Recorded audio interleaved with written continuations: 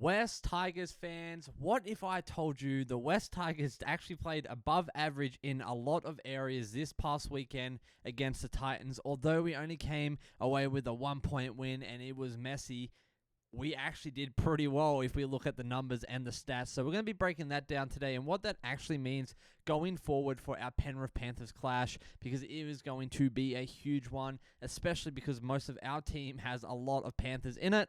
And going up against old blood. So it's going to be something definitely to be talking about and preparing for. But before we do that and get into today's video, my name is Geordie. I just want to introduce myself. I'm an Australian bloke who loves the West Tigers, now living in the beautiful USA, and I want to keep growing this community in the USA, but also connect with you guys back home because I miss Australia all the time, and this is what this channel is about. It's about bringing West Tigers fans together, and if you love that and love footy, make sure you like and smash that subscribe button right now and join the amazing community. Pick up yourself a One Jungle hat. But let's get into it because we have a big one. So our first point of talk is going to be our average set distance. Now, when you look at our season average, we were talking about 36 meters is our average set distance. This past game, we saw a 38.87 meter average for the whole game. And that's something we should be proud of. That is pretty good. Like, we were gaining almost 40 meters every single set. And before we keep going, I just wanted to give a huge shout out to my guy Sam, Statman Sam, that was on the stream this past week. He's been on Fan Friday. He's the one actually provided me with these stats to go over for you guys. So huge shout out to him. Throw him some love in the comments below.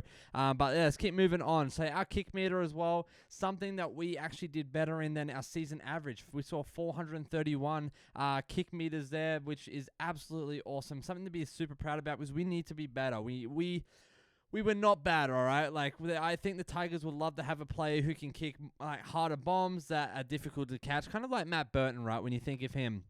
And so when we look at Latu Fainu, I think there's potential there. I think his ability to kick is something that we were needing. It's just a matter of fact of honing in that skills and being better at it.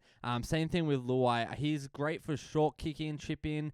He does put up some great bombs, but also grubbers is kind of his bread and butter. Something that you definitely want as well. So if we think of Latu Fainu, how can we definitely foster something in him and nurture something in him?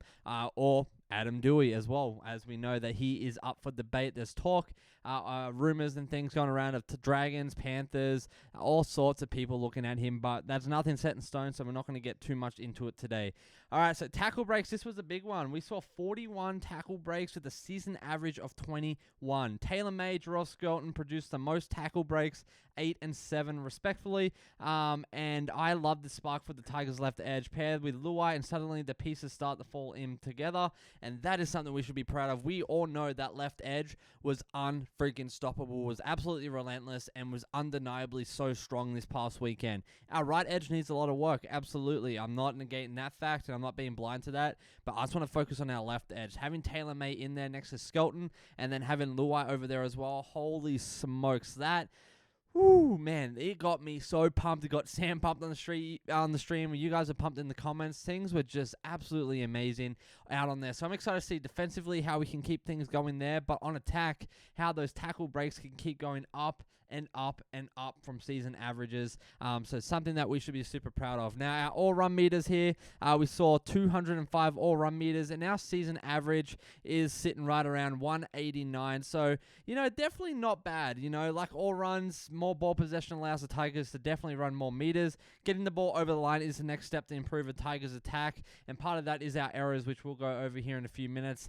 If we want more runs, we've got to stop giving up stupid errors. That is simple as that. Now, our penalties conceded, season average was 5. This game, 3. That's not something that we should definitely just go over. That's something that we should be proud of, right? Less penalties conceded. There is a decent improvement there. Fewer opportunities for opposition to score a penalty to goal or have a fresh set of 6 closer to the goal line, right? So that's something, as we think, like ways of controlling the controllable, that's something that we can do. We can control the way we tackle, if we, do something stupid, push, shove, here, that, but also just being smarter about how we're playing footy. If we can keep that number down, 3 is a good spot to be, but if we can get it down to 2 or 1, we would be a top-tier team most definitely. Now, post-contact meters, 486 post-contact meters this game.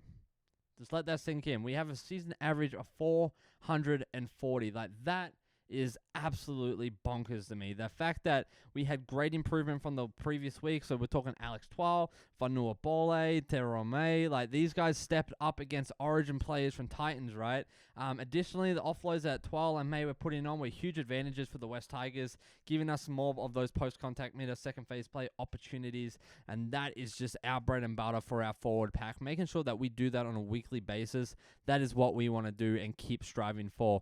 Now, we saw 8 line breaks with a season average of 4.5 line breaks, so that's not too bad at all. 3 of these line breaks were Jarrell Skelton. He and Taylan May are looking like a very scary edge that we're going to see a lot of gap exposure on the defensive team, both in attack and defense as well.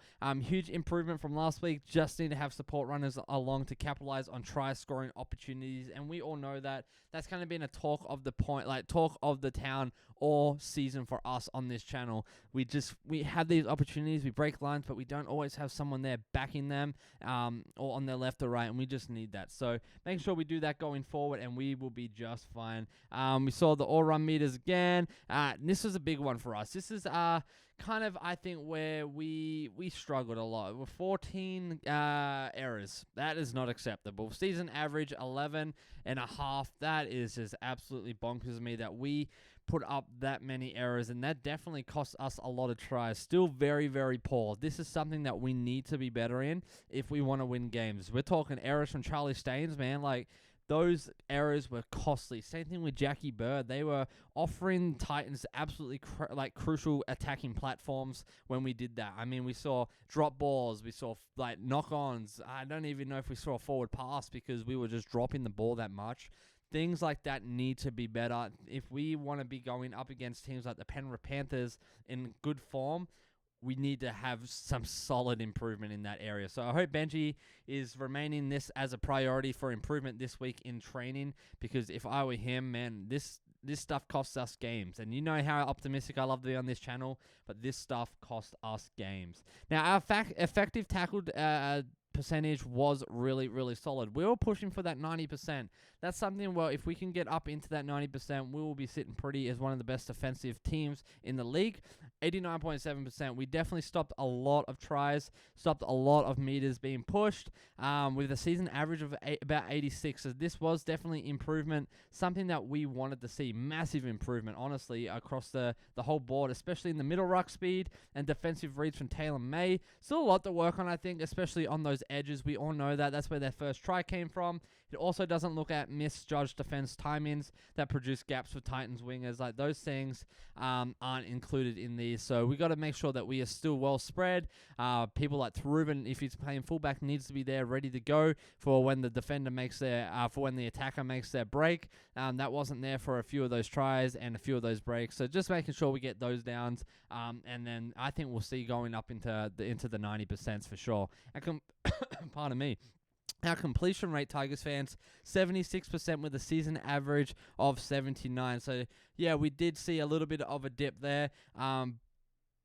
But that was, I think, because of our errors, especially in that first half, right? We saw a lot of errors, a lot of stoppages. Like, their completion was a lot better in the second half, I believe, but they still need to work on consistent and error-free sets for a full game. We're talking about Staines. We're talking about Jackie Bird again. There's just things that they are just leaking that we need to be better at, and I just don't know if they're going to be the best bet for that. But we do have Bula supposedly coming back this week. If that's the case, we're going to see Taruva back out there on the wing, and that's going to be all good in the hood. So our possession percentage game was 55%. We held the ball a little more than normal with our season average of about 50. So something we can be proud of there.